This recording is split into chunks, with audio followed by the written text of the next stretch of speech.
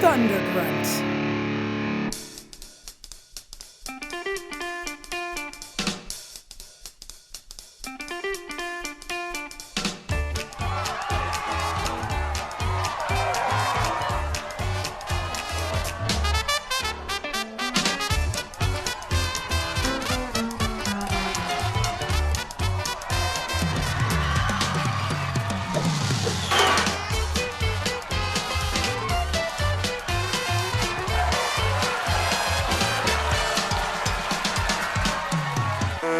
Hi, guys.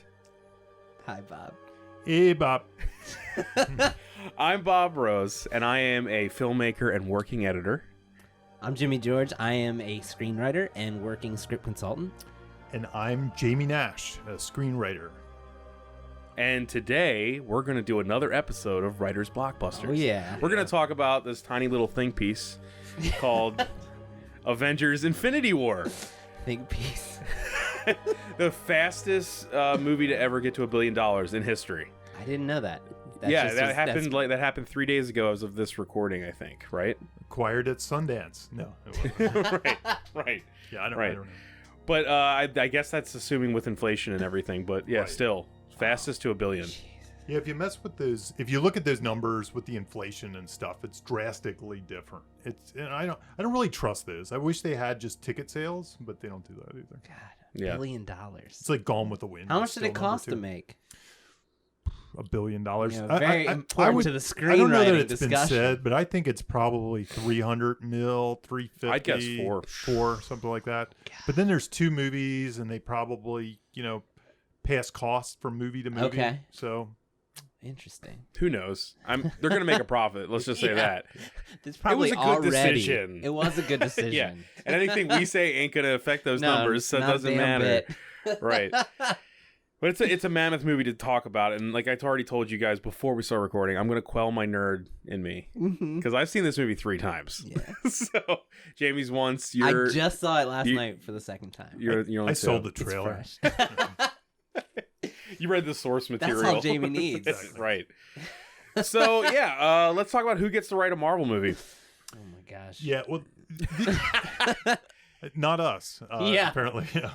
I mean, if they want us to, we can. Well, the guys who wrote this, and it's an interesting thing. Marcus and McFeely. I can't remember their first names. That was Eminem. They're the Eminem. guys. I like that. guys. Avengers Infinity War. I coined that for them. They're now the Eminem guys.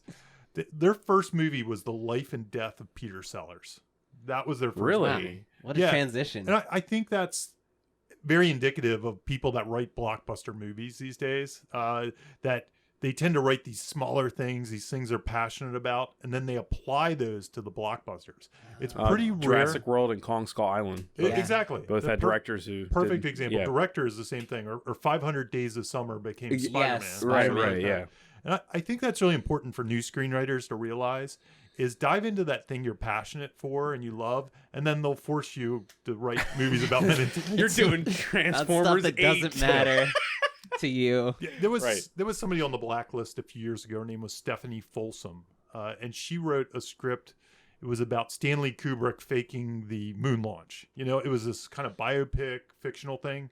And then she was hired to do Thor Ragnarok. I don't think she got the credit last time. Wow. And now she's doing Toy Story. So Oh. 4?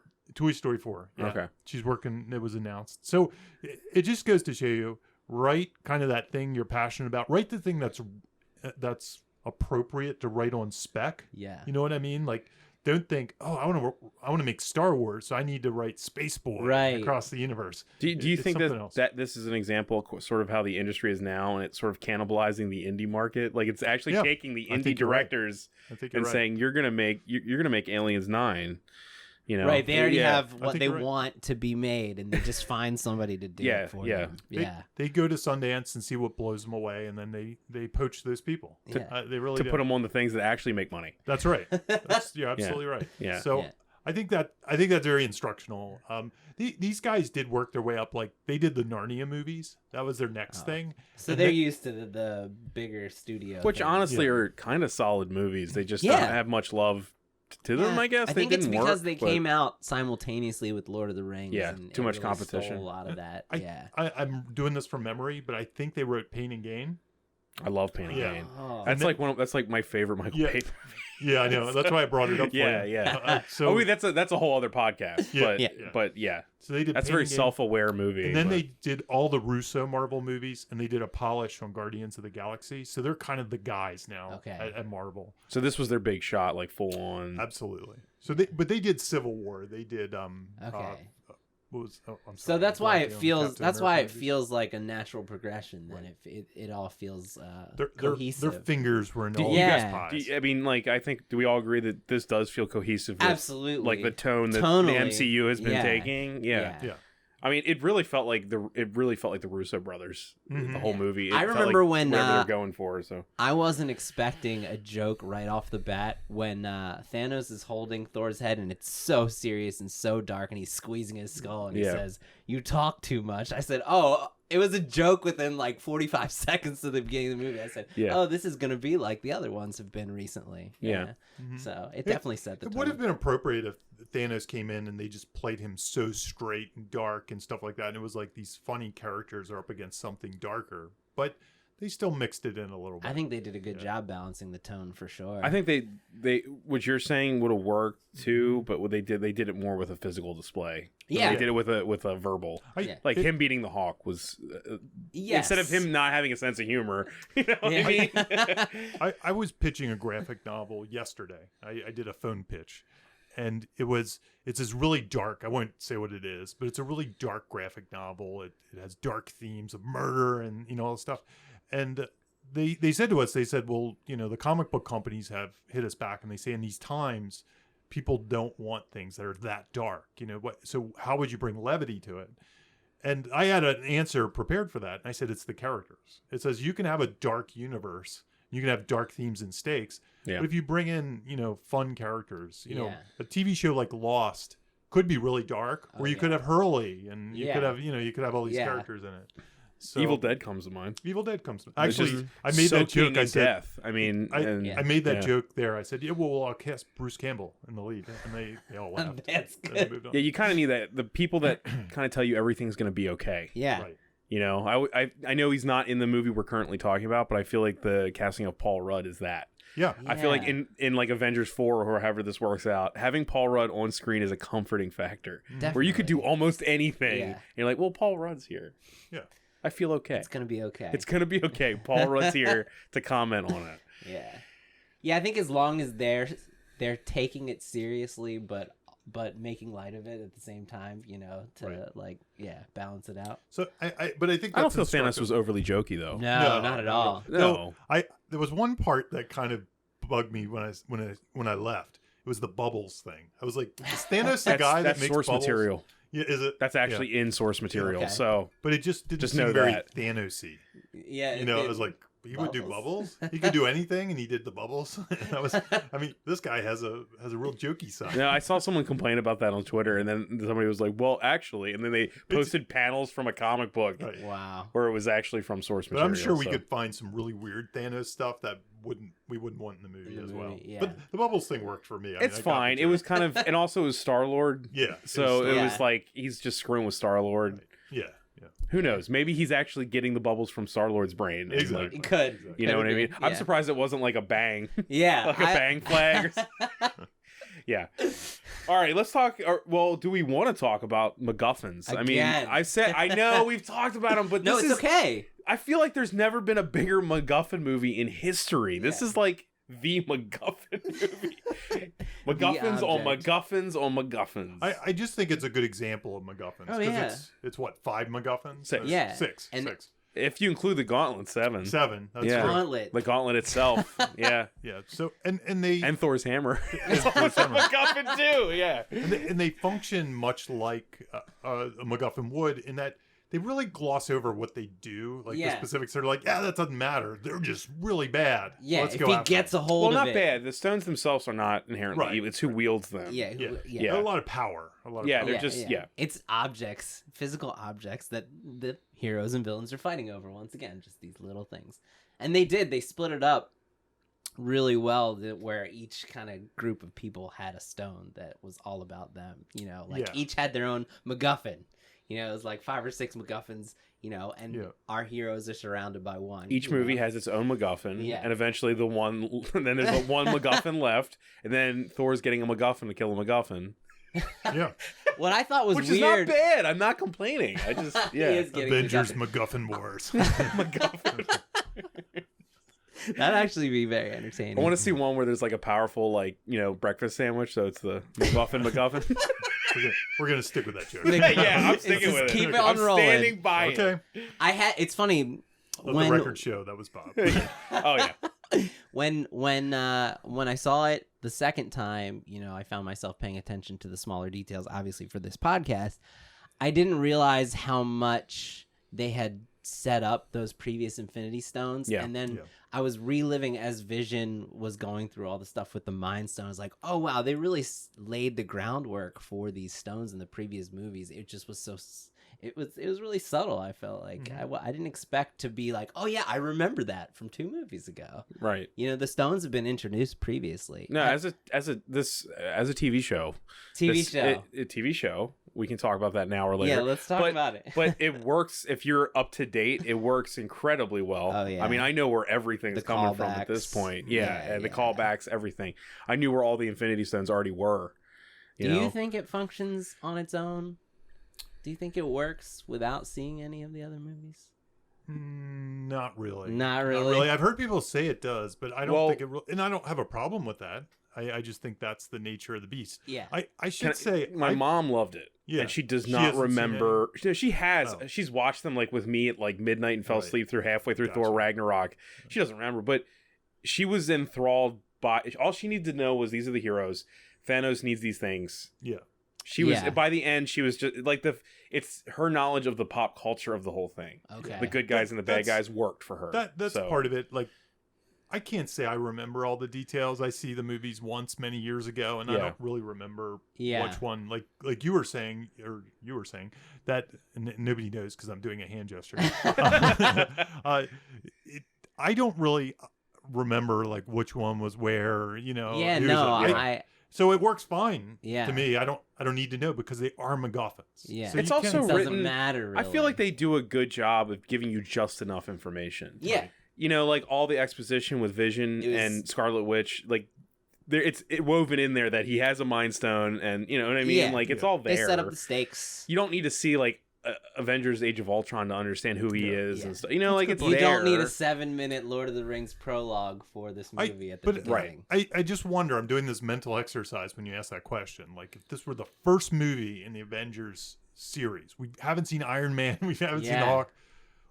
I think it would almost be like overload. It's like they're doing this too fast. Yeah, these characters aren't getting there. That's what I mean by I don't think it would work alone. But it exists as a piece of something. I mean, like a movie that has a subtitle, it has a semicolon and a subtitle. You know what I mean? It does. No, but I thought it was worth talking about. No, it is. I agree with you. Mm-hmm. I think and I'm okay with that. I'm fine like with the it. nature of the beast. But I think if you, like you said, if you showed this to a 12-year-old, you know, try to get come excited. on, dude, they'll love it. No, but they wouldn't be able to keep up with everything. No. You know what I mean? Whereas if you show, you know, a movie that doesn't have, you know, 50 characters. I didn't feel like it felt rushed. I really didn't. No. But if it was the first movie in the thing, I would felt like it felt rushed because there's no history and who are these guys and what's my favorite moment in the movie is a good example of why this doesn't sit on its own.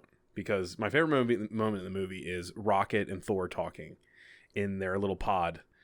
And when Thor says all the things that he's lost, and I was like, this, for somebody who's watched the entire MCU and like knows everything that's happened in like the last couple of movies, like that moment, as ridiculous as a god talking to a raccoon is, held so much weight because I had watched all of it happen, right? And it got to a point where he's actually tearing up, which you've never seen him really do. If I didn't see all that stuff, and him tearing up wouldn't have like sold me. So, but the fact that I know that he has literally lost everything and he's ready to kill this, you know, this guy at all costs, I was like, this is a huge moment that would only work. Yeah, if you've with seen all the backstory. Yeah. So a similar question that I've heard some people say one thing, some people say another. Do you think this is half a movie, or do you think you got a whole movie out of it? I think it's a cliffhanger on a TV show season. Okay. Yeah. That's exactly what it is to me. I can't imagine if it was half a movie, I can't imagine how long and bloated that full movie would be. Do you know what I mean? I'm glad with the decision of splitting it into two because, like you said, it doesn't feel rushed. Everything's given enough space to breathe. All the storylines are easy to follow. You're not like, what the hell is going on with this shit? Do you feel like they wrote the script and then like said, okay, it's going to cut to black at the Dark Night of the Soul?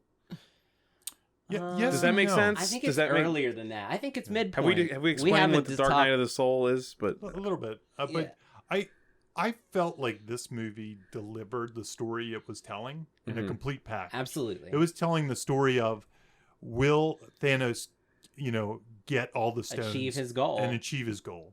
And I think in the end, we got the answer. Yeah. It didn't feel like a movie that even Empire Strikes Back to a certain extent. Yeah.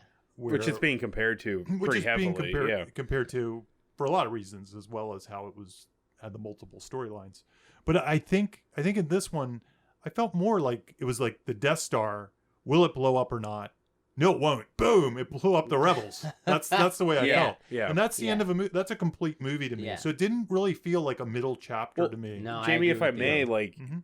not just because of what you're saying, but it feels like a complete movie to me because it's Thanos' movie. Yeah, That's and right. they've said that. Yeah, he's the main character, and his story is fully arced and fleshed out, where we're just watching the villains of his story be the villains. Everyone is that he's driving the story like a good protagonist does. All of his actions are what drive the story forward, and everybody's reacting to what he does. Well, if we can, let's jump to the structure of this movie, because it's really structured, because that's what we're talking about. Really, it's really structured in a collection of subplots. Yeah, much like Empire Strikes Back. Yeah. It's about 4 movies. It's 4 movies. It's 4 stories. You can almost see, if this were a television show, as Bob likes to say, the way they often break television shows is they'll break even an episode.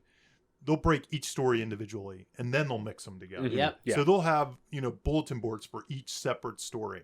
And that's what this felt like to me. It felt like they came up with the idea, we're going to break 4 separate stories. All those stories need everything a story needs. They need a beginning, middle, and end. They need a Dark Night of the Soul, or all is lost moment. They need a finale. So they broke each of those stories on a separate board and then kind of mixed. I'm not saying that's the way they did it, but it felt like the that. type of thing. And I think if you were to I don't sit think down, anyone would disagree with you. It feels like that, and there's nothing wrong with it. And I think each one has a hero. So I wrote down the questions that I thought were, each of them has like their own central dramatic question, right? It's, will Thor avenge Loki by killing Thanos? That's a whole movie, right? And every action is he's got to get the hammer, he literally calls it the Thanos killing axe. Thanos killing kind. Yeah. And he has to sacrifice his life. Yeah. To do so. He holds the weight of a star. Yeah, exactly. Right. So that's one movie.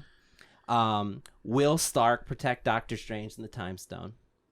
That's the number 2. And not protect Doctor Strange, but also it's the Time his Stone. B plot is obviously with protecting he's got Spider-Man. the B story he's got the B story with Peter, right? Which was all the more powerful if you've seen Homecoming. Yeah, right. Spider-Man Homecoming, and their relationship, and the movie Right. opens with him saying, "I had a dream that we had kids," and so he's expressing that desire to be a father, and he fails. He fails at being a father. He fails. In this minute we watch him, which is perfect for his character's through line over 10 years do you guys, of movies. Not to interrupt you, but it's fine. Do you know about the whole Iron Man 2 thing?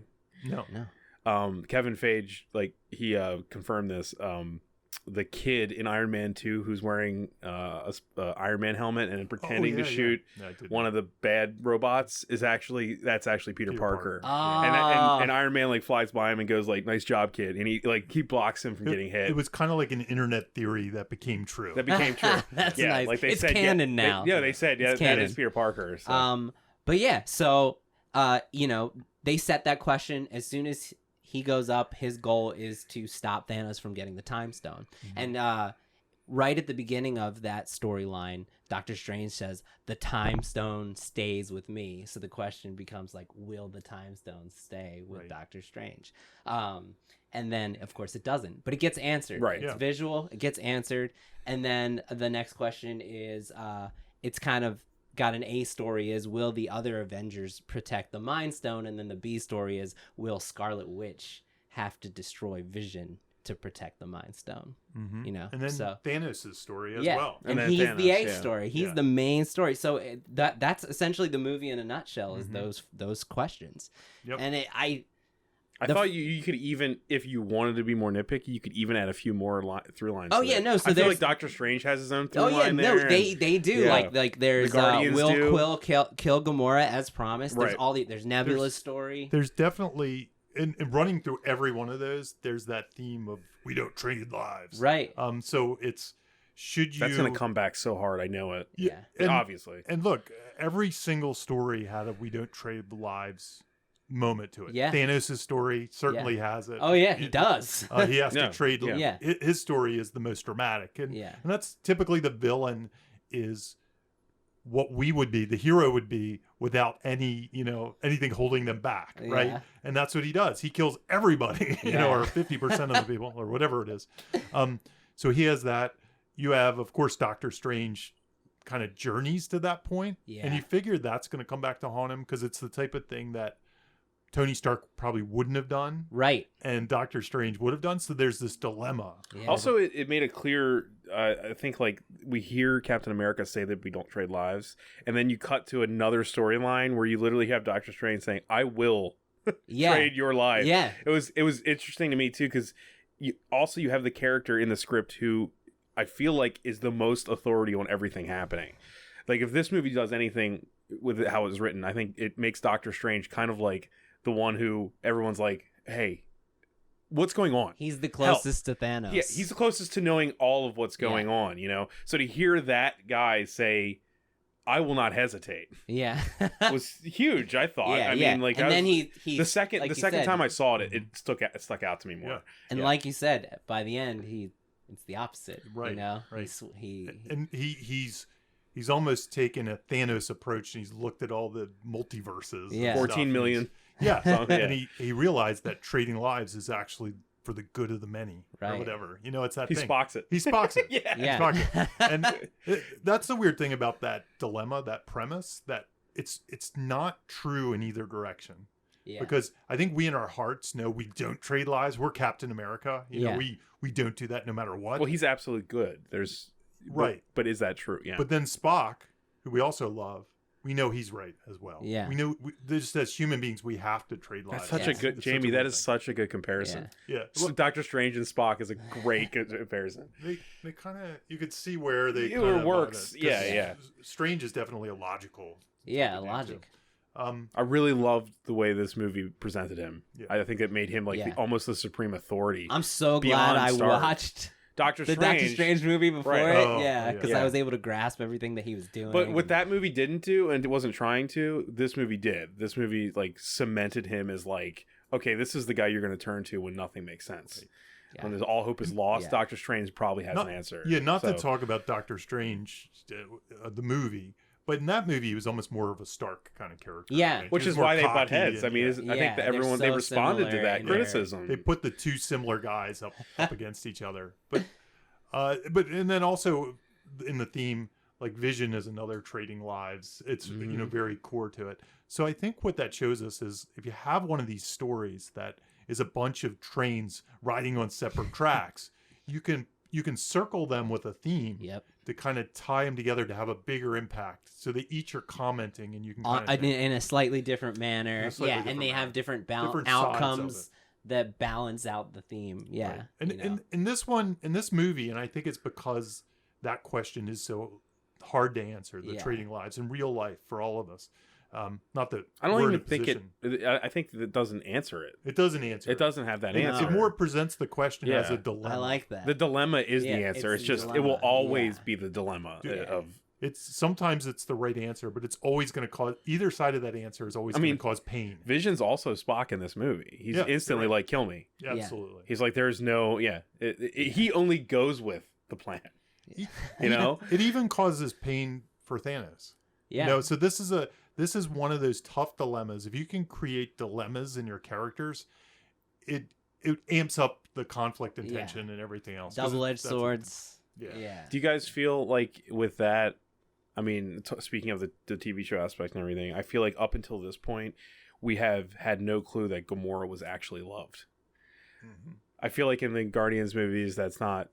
No, at no point do you think that her father loves her. Right. You know, and now, this movie did had a lot. she express in Guardians 2 out loud to Peter, I love you? Did she say that? Because she says it on her dying words to him, or what she thinks is dying words to Star-Lord is, I love you so much. And I thought that was a big moment from watching the previous movies. I didn't remember her ever being willing Volume to. 2, they're on their way. Right. She says it. We had the beginning of this movie. They're like at the point where they have already when fallen. she thinks when he's got his finger on the trigger, she actually says that, and I thought that was big, huge growth for her character. I was like, wow, this is a great way for her to go out. And she didn't go out. She did a few minutes later, but I thought that was handled so well. Well, what Guardians movies do is they set up especially 2, they set up the fact that Gamora is the preferred daughter of Thanos. But yeah.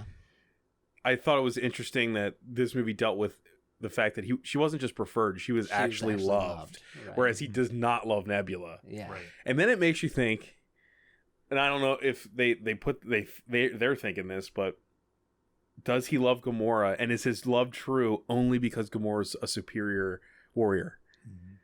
That's how sick Thanos is that his real actual love is based on her ability to kill. Is her superiority to her other siblings. Yeah. I mean, like, it's a light touch in the script, but it's there. It's true. Like, why would he love Gamora out of all of them? It's because she's superior. Yeah, he's fucked up. Yeah. Yeah. He's got this. He's got this whole Darwinian thing about him. Yeah. That's the one thing, though, you remind me of. Do they have these characters? Don't, and I think it's because they're broken into subplots. It feels less like these are movies with big character arcs. Right. I mean, you could say Doctor Strange had one, or you could say he was just sticking to logic in the end. I don't know that he changed internally too much. He just made a decision.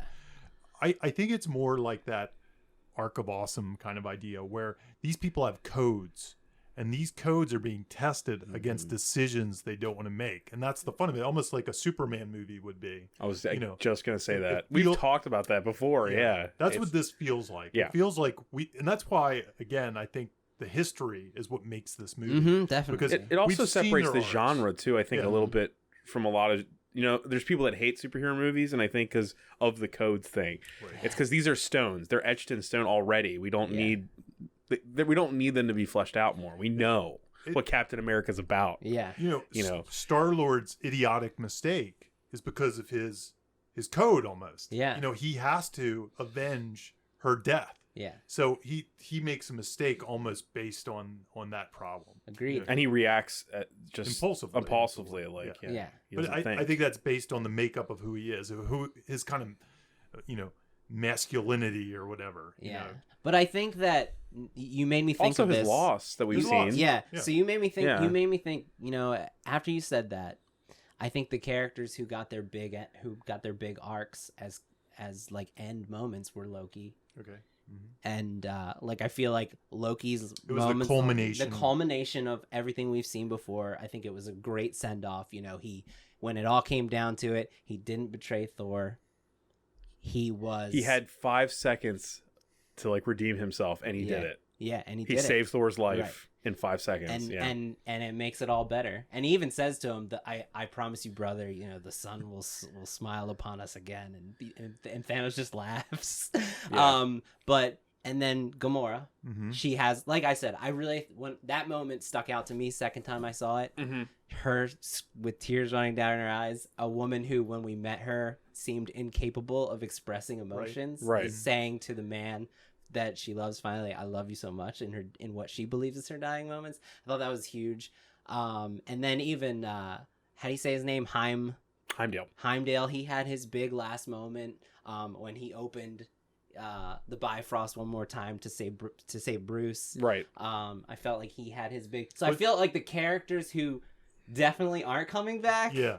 Also, he probably did that with Bruce just because he was the only one that could survive. Yeah, but Honestly, it was such a nice final moment for his character after 3 movies, and logical too. Yeah, of course, Heimdall could do that. So I do think I agree with you that the most of the characters, it's just a small little within the story. Also, I'd argue that Banner is given he's got a whole new storyline that started in this movie, but him being the Hulk itself after his last 3 appearances that have had this arc that they wove in because they don't have rights to a Hulk movie.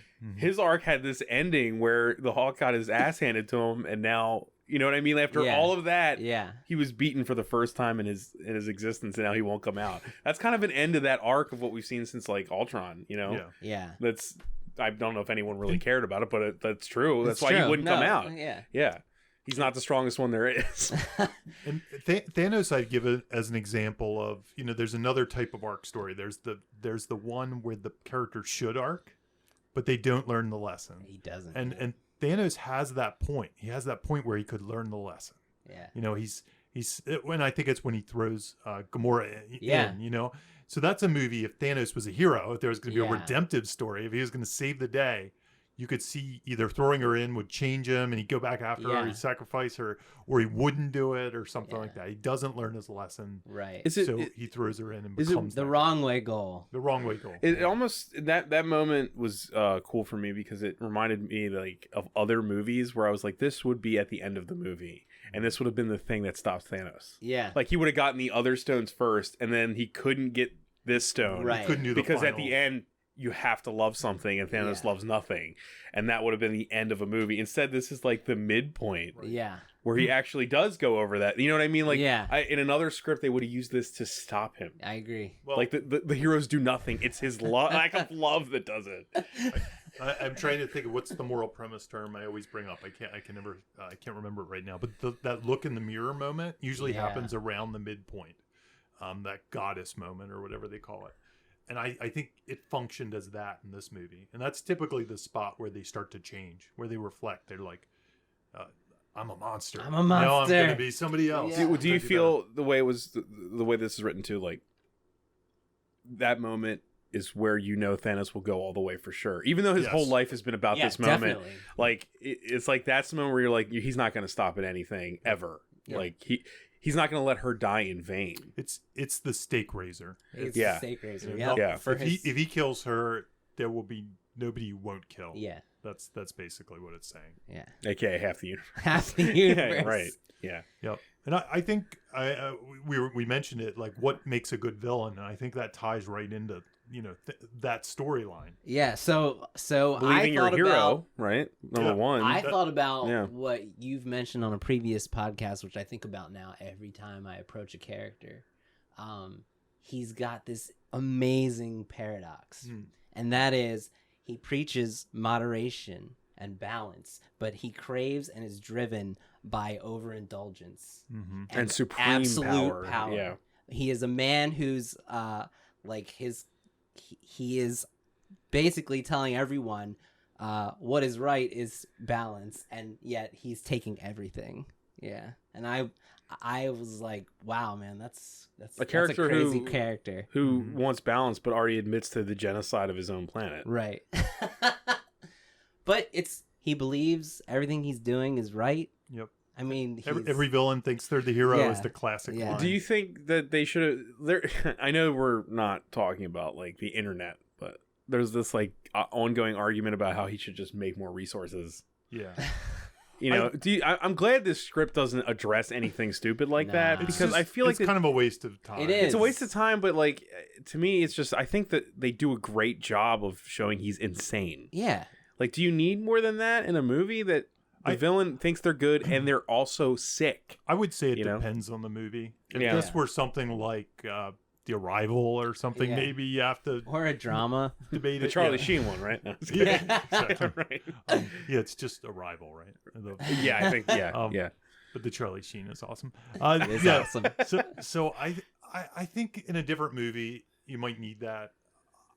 I honestly, I did come out of the theater thinking, not that he could make more resources, but is the entire universe really in that much danger? It's a big place. And, I was thinking those things, but it didn't affect the movie for me. I was able to suspend my disbelief and understand the general kind of fantasy version of that argument on Earth. I think it's okay that it's a flawed goal, though. It's it doesn't. I saw people saying it doesn't make his goals don't make sense. Who cares? He's crazy. He's insane. In his head, it makes sense. So he's why driven does it matter? to madness. I mean, like Yeah. Yeah, I mean, his insanity doesn't affect I don't his- understand that argument. Because, It's weird. Yeah, I mean... It didn't bother me. No, it didn't bother me at all. I know in the comic book, I remember, and I'm going off of memory, Nerd Bob will have to help me out here. You can nerd out for this moment. I haven't read it You in haven't so read- long, but so- I know the broad strokes.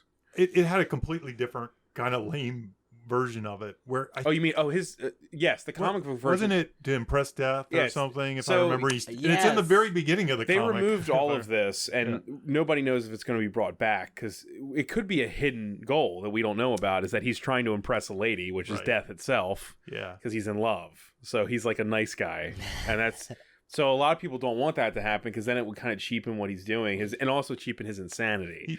yeah, he impresses her by making bubbles and things like that. Yeah, I think that's actually that's It's actually in part the of it. book. Yeah. So in this movie, they changed his motivation to saving the universe with his own insanity versus trying to impress the love of his life. It works so much Which I better. think is better. Also, it gives more weight to the Gamora thing, the whole love thing. Like, he only loves one being in the entire galaxy. It makes it matter more. Yeah, and he kills her, and you know that he's Yeah. lost beyond Yeah.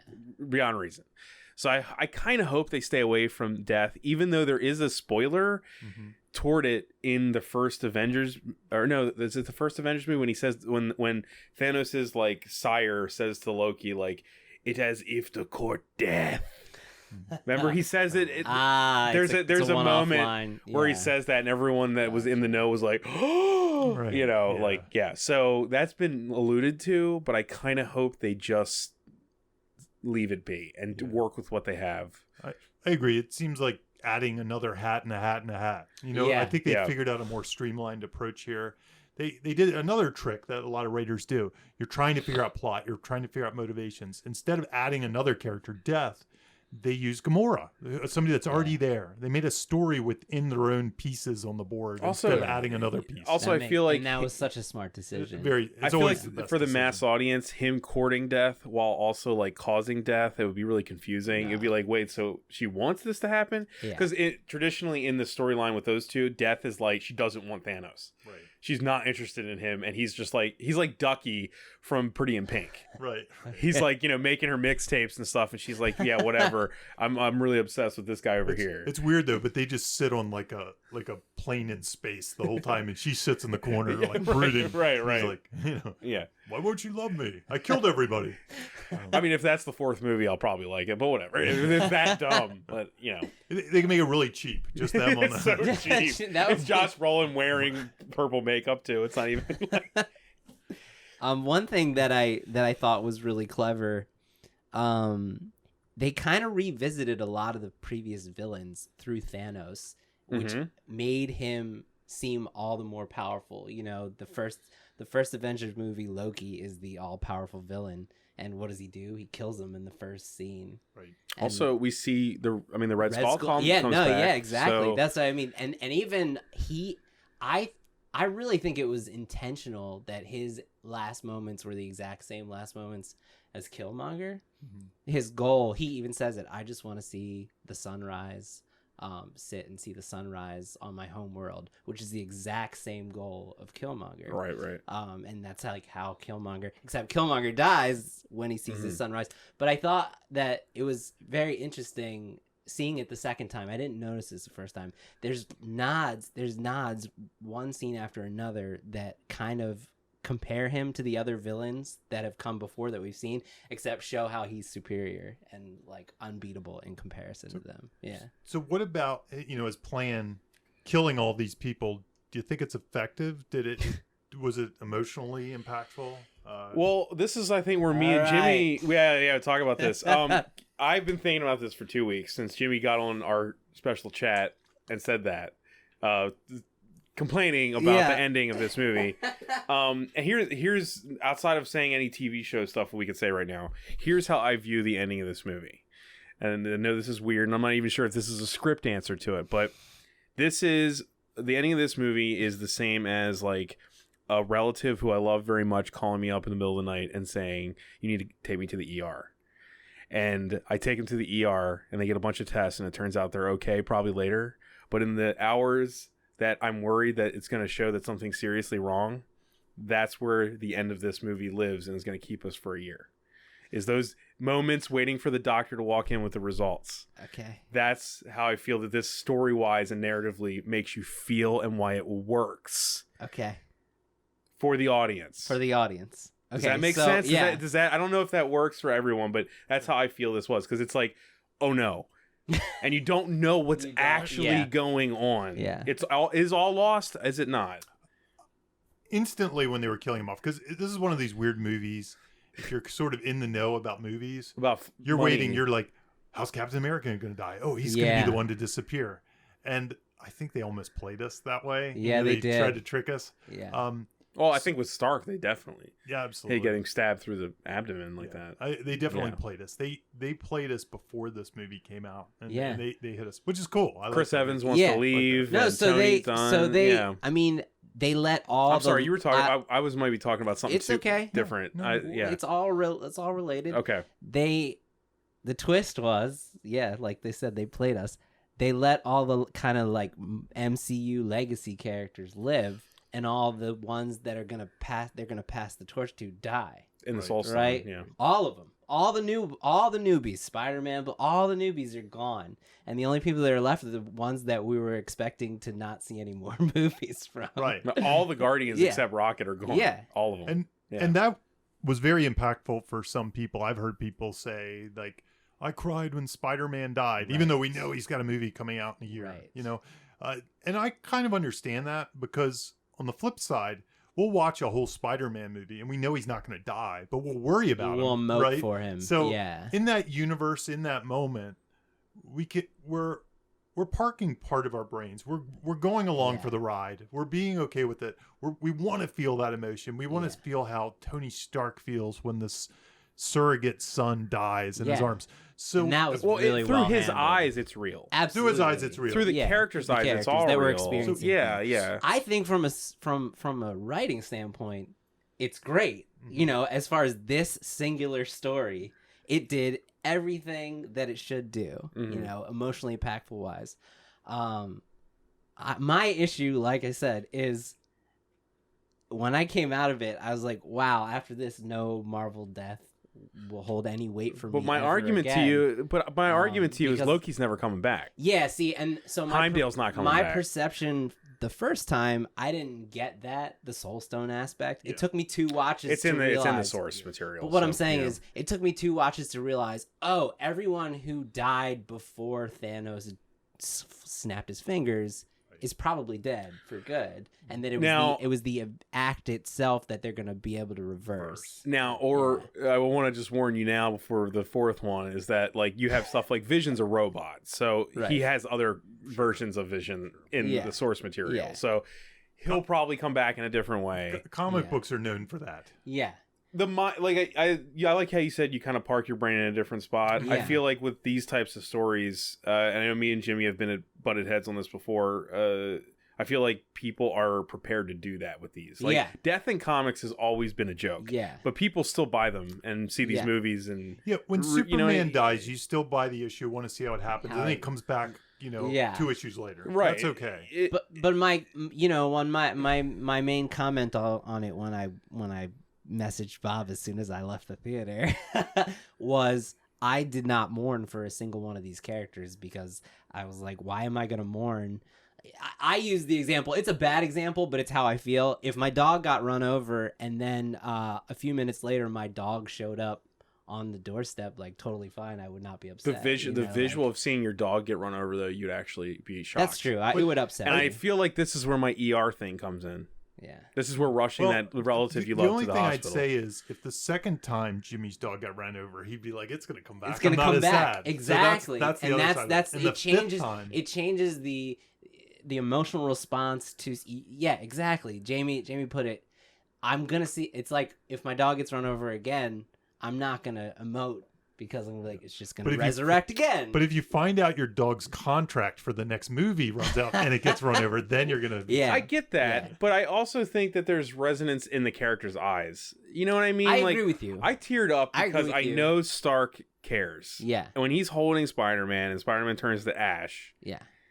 I know it's not forever. From a storytelling standpoint, as far as talking about the script, I think that was a great moment. I would also argue, too, we're a certain segment of the We population. are. I think there's a vast majority of the population, 80, 90%, that might not know what Peter Parker's contract status is. Right. So they might actually think he's dead. dead, and then a movie comes out and they'll be like, wow, they're going to have another He's movie. alive. Once He's again, if I could bring my mom into this Sure. whole mix, Right. because she's my gateway to people that don't watch movies, but she doesn't have any clue. For her, when Black Panther got whisked away, she's like, well, that's forever. She's not, you know what I mean? To her, it's real. Well, so she's the 80 or 90%. Yeah, my you know? sisters and their family go see all these movies, and they have no idea. They'll come ask me. They'll say, "You think Peter Parker's really dead?" And I'll be like, "No, because there's not."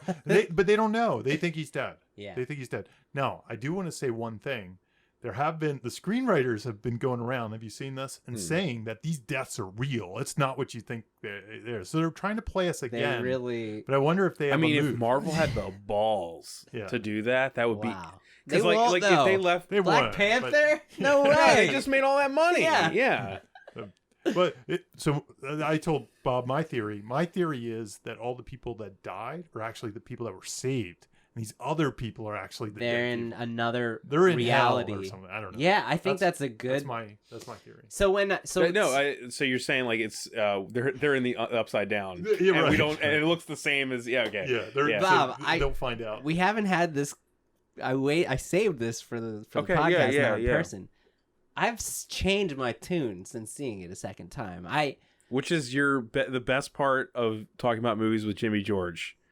Why? Because you are malleable. Most people aren't. No, because I am the type of person I completely entrench myself in the story that's going on. So I get so into every movie I watch. And I'm all about the pop of it. So. I cannot half watch a movie. I put all myself into it. So when I was like done, I was like, no, I did not feel anything. God damn it. Like I was mad that I didn't feel anything. And this time I looked at it completely different, because the first time I walked out and I was like, okay, so they're just expecting us to go with it and thinking like that what are we gonna do now? They're all dead, when we know they're just gonna resurrect them. Now it feels more, the second time walking out, like here's the problem. The next movie is about solving it. I took it the first time as, oh, well, now the world goes on without all these heroes. But now I think after the second viewing, it's we lost them all. Now we have to get them back. Kind of like Back to the Future, That's right. which I didn't feel that's a good example. was. Yeah, I think we that, lost them all, and the next movie is about getting them back to the Future style. Yeah. Okay. So like it's gonna be Time Stone. So it's a cliffhanger. Yeah, That's what a cliffhanger is, though, right? But what I'm saying Are they is, going to make it over the I the feel gorge? differently than I felt before. Right. So to bring this back to Spock, I think it's Search for Spock. Search for Spock. Spock Yeah. died. Did I say that to Did you? you say- no. I said that online. Okay. I said Avengers 4: The Search for Spock, Okay. which Yeah, is 'cause I essentially think- what this is. I think Spock's death was emotional. That was a huge emotional moment in Wrath of Khan. Then they had another movie that was Search for Spock. Yeah. And I gotta be honest, I love Search for Spock. Me too. When he comes back and like all those moments of them seeing each other again, like there's part of me that's like, I can't wait Yeah. for Avengers 4 just to see that moment when they see each other You're again. gonna see you know? Tony and Peter Parker hug it out, and then Yeah. Tony will die and his contract will Yeah, and then he'll pass the torch. I think it's all going to build to passing the torch. You know, a logical next step is, I think we are going to get to see all of those people we thought die coming soon. However, Yeah. I also like what you're taking what you just said and what Jamie just said. Like it could be they were the ones that were saved, and you're saying now we got to find a solution. To me, it almost feels like at this point they're just saying anything can literally happen. Yeah. There's love no there, you know, like we can do anything we want. Now we've got you all. It's like Jaws at the end. Like, yeah, we've got. You're already gonna buy the fact that shark's gonna explode in that tank. with that tank. You know, like I've got the audience. Now we can just do anything we want to you. And then there's the Captain Marvel Ex Machina. There's that. We have no idea how that's gonna play. We don't know what she is, who she is, how she is, but we know she'll play it. I mean, even if I was mad at the ending with all the dusting, I was like, the second you have him say motherfucker, right. I was like, sold on everything. You did it. The 10 years right to that moment, I was like, done. That could have been the end of the MCU, and I've been like, That's it. perfect. They did it. Yeah, if Nick Fury say that, it's over. Those final credits were an endurance test, though. Yeah, they Oh, were. yeah. Yeah, they were. They definitely were. I'm glad. I'm Jimmy. I like. Not only did you come around, but that's a really good explanation of. Yeah, that gives it more weight. Yeah. And it makes sense. And we have to get them back. Like that's you wrote the next movie already. what- you know. yeah. Yeah. Right. Well, it made me unless think it's of something insane like Jamie's it saying. made me think you of know? The Lost. It won't be. It made me think of the second time through it. It made me think of that great Lost midpoint of the show when you find out that they are actually on the mainland and they have left the island, and he says, "We have to go back." That's exactly what I heard in my I've never seen head. Lost, but I'll just say. Oh well, big damn! I spoiler. just big spoiled. Never gonna watch it. So it doesn't matter. We won't go into But it. no, it reminded me of that big, huge, like you said, TV show cliffhanger. It reminded me. I heard in my head, as soon as everybody disappeared, we have to get them back.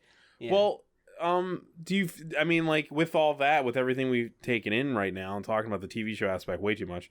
No, isn't it's that a- about it's a- how media is now, though? Like these movies, more so than any franchise, have taken effect of how media is being made. Like TV kind of became movies, and movies kind of became TV. yeah, that in a is weird way, right? Yeah, Like Yeah. you watch these streaming shows, and they're all shot and filmed and written like movies Yeah. used to be. Yeah. And now we're going to see this. It's like everyone in this theater is watching a TV show in a big room. yeah. We're on episode. What movie are we in the MCU? Well, this is 18. So we're on episode 18. This is 18. Well, and then if you want to add in Add all all the the television TV shows. Like there's Oh my gosh! Agents Yeah. There's of Agents S.H.I.E.L.D., of Daredevil, Agent Punisher, Carter. Agent there's Carter, so all that much stuff. material in Yeah. this Good call. in this Good universe. call. See, I've never seen any of them. But they all are continuity with the Yeah. with Oh, what's they happening. are in the yeah. same, So then same- everyone's like, "Where was Luke Cage during all?" You know, like it doesn't Yeah, matter. We're not doesn't going to. matter. I mean, that's almost pulled me into Agents of S.H.I.E.L.D., which I don't watch, but I am kind of curious how they deal with all the people They, dying. the and all that fallout. They stuff. apparently this last week they just Yeah. started Like- dealing with like it. that. Yeah. That makes me interested in that show. Yeah. Actually, How they're apparently, gonna- apparently it's really good now. Yeah. It started out pretty. I wonky, considered but- flipping it on just for that. Just I to want to see. see it. Yeah. Yeah. Yeah. No. So this is a thing that is unlike anything we've ever seen. Absolutely. This whole this movie more so than all the movies, but this whole franchise to me is like every moment feels like a first. Yeah. Does that make sense? Yeah. Where like I'm watching stuff and I'm like, I can't even believe I lived to see this Yeah. stuff. I'm almost distracted by that to think about all the plot elements, everything. I'm like, I can't believe I'm watching Rocket Raccoon talk to Thor in a spaceship right now. You know what I mean? Like, I've lived to see Roger Corman Fantastic Four and this. Yeah. the best Fantastic Four movie. That's right. Literally the best.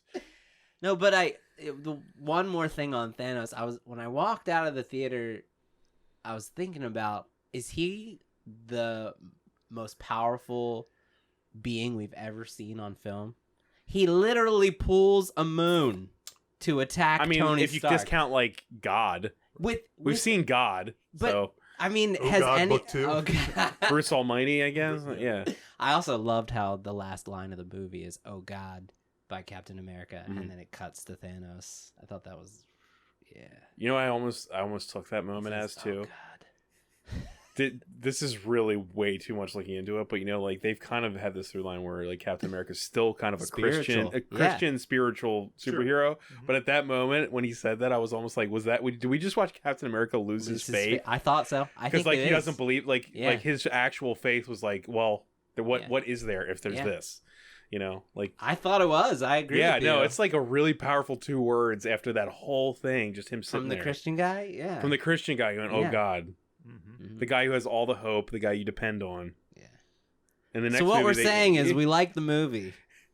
I, I love the movie. I think the movie was as good as it could possibly be. Yeah. That sounds like I don't think. damning Yeah, it I don't with think no, you praise. could do I get this what you're better. saying because I couldn't it's- have pulled off. I couldn't think of anything that could pull that movie off better than it was. That's I would kinda have. How about this? I would have liked more Wong. yeah. What, eating sandwiches? Yeah, I would have cut back to him at the thing, just waiting and eating a sandwich. Yeah. No, I mean, I just, deleted scenes. That's his central story question. Will he get the sandwich he was talking it's about? weird in the though if you first think scene? about all, like I was saying before, the authority that Doctor Strange was given in this script. I was like, if I was those characters, I would instantly turn to Wong and be like, "Help!" Yeah. Right? Wouldn't you? I mean, Yeah. like, the wizards have this whole thing on lock more than anyone. Yeah. Yeah. I mean, what have we learned? What have we learned? We've learned that, for one thing, if you have a theme that you could. I know this is new for us. It's a new thing Well, we're gonna try. We're we trying have it, learned- Jimmy. This is Jamie an just did it to make us be all weird and awkward. Jamie Jamie set me up. No, we we learned that if you've got a theme, that one way to explore it is to take all the subplots and do different things with that theme. Yeah, and I think if you want to make one of these movies, write what you're passionate about. Worry about that, and one day you will be writing Avengers 7. So write what you're passionate about. Yeah. Do that. And I have to say what I learned. Sure. I've learned that if it feels right, it is right. Because I think Jamie's right. I don't think this movie could have been pulled off much better than it could have. And everything about it feels right, even though on paper I would question a lot of it. Does that make Yeah. On paper I'm with Jimmy where I'm like, them turning to ash, I know that's not going to work. Yeah. But then again, you can't argue with the fact that it is working. Yeah. That everyone, I've been in the theater, I've heard gasps and emotions, and like there was a kid crying when I first saw it. You know what I mean? Like, it's working. Oh, people gasp. So if it feels right, if it works, it is right. And this is kind of that example. Like, it's a very weird, unconventional first movie. Just nothing is like it, and it works. Yeah. I agree. Sounds good. Yeah. Do you guys want to plug anything? If you are looking for notes on your screenplay, check me out at scriptbutcher.com. If you're looking for a kid's book, the 44 Rules of Amateur Sleuthing is now on Amazon. And if you want to listen to some more great podcasts, you go to thundergrunt.com. You can also click on any of those things on the right sidebar. In fact, I just posted a new short called Time Crowave, and there's a giant button you can post to watch it. And then you can leave a message about how I shouldn't be talking about scripts. Is that everything, guys? Yeah, man. I think it's Give good. us feedback. Please do, yeah. we Please love hearing comment, it. complain. Yeah. Tell us to stop talking about some particular subject. Tell us to delete our account. Whatever you want. Not yeah, anything. we're open to it all. All right. Thanks, guys. Thanks for listening, guys. All right. You have just listened to Writers Blockbusters, a screenwriting podcast featuring two professionals and another guy. Available only on Thundergrunt.